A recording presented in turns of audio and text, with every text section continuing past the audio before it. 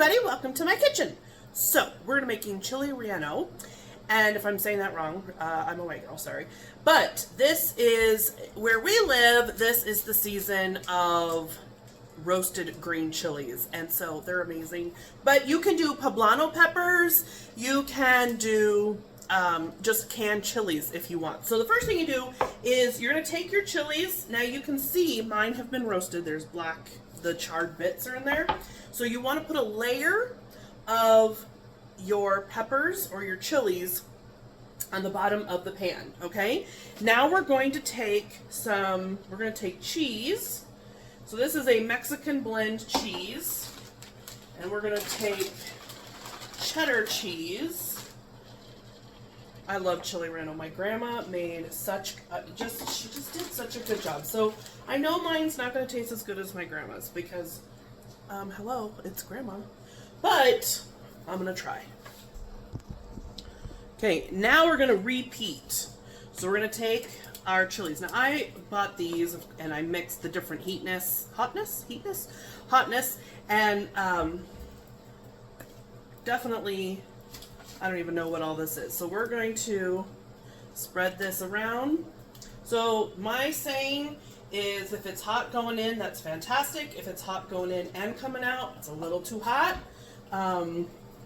So anyway, that's my wisdom for the day. Yeah, okay, so here is that layer. And of course we're gonna layer it again with the cheese. And then we're gonna take this.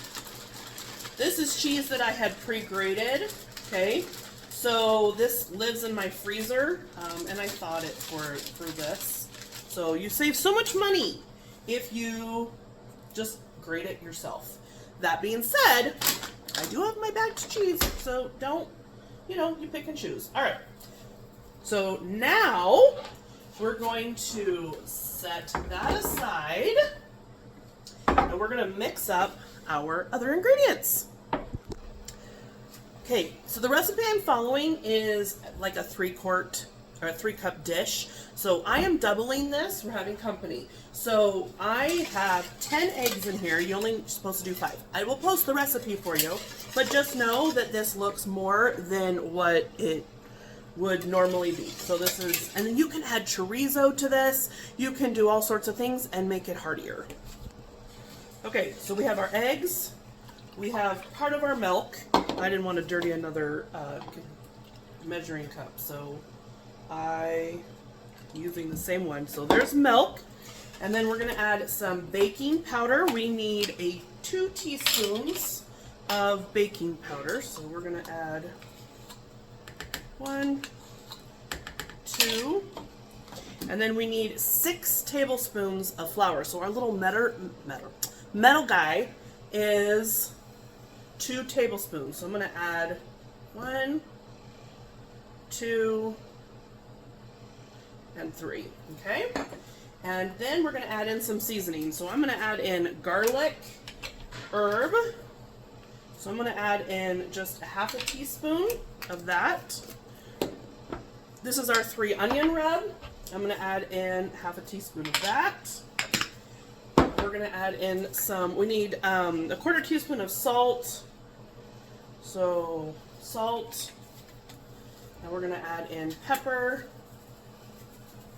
Okay, now I will share exact measurements with you, so if you're freaking out that you can't do that, you don't like doing that, that's okay. I will share with you exact ingredients. So you want to whisk this until there's no lumps, okay? So just doing this, and it doesn't matter. You just don't want the lumps. You want to get that flour, get the lumpy lumps out. So Grandma always told me, pies, you don't want, a pie, the crust will make or break a pie. And then she said like gravy, lumpy gravy, that will ruin it. And even though this is not gravy, like I just think about that in the back of my head. Grandma's telling me, don't leave lumps in there, Laura. All right. Make sure your oven is set at 350. This is going to bake for about 45 minutes. So here we go. We're going to take this and we're just going to pour it right over our layers. And there's tons of different variations of this. You could add some chorizo sausage. You could add some chicken to make it heartier, whatever. But we're going to put this in the oven for 45 minutes.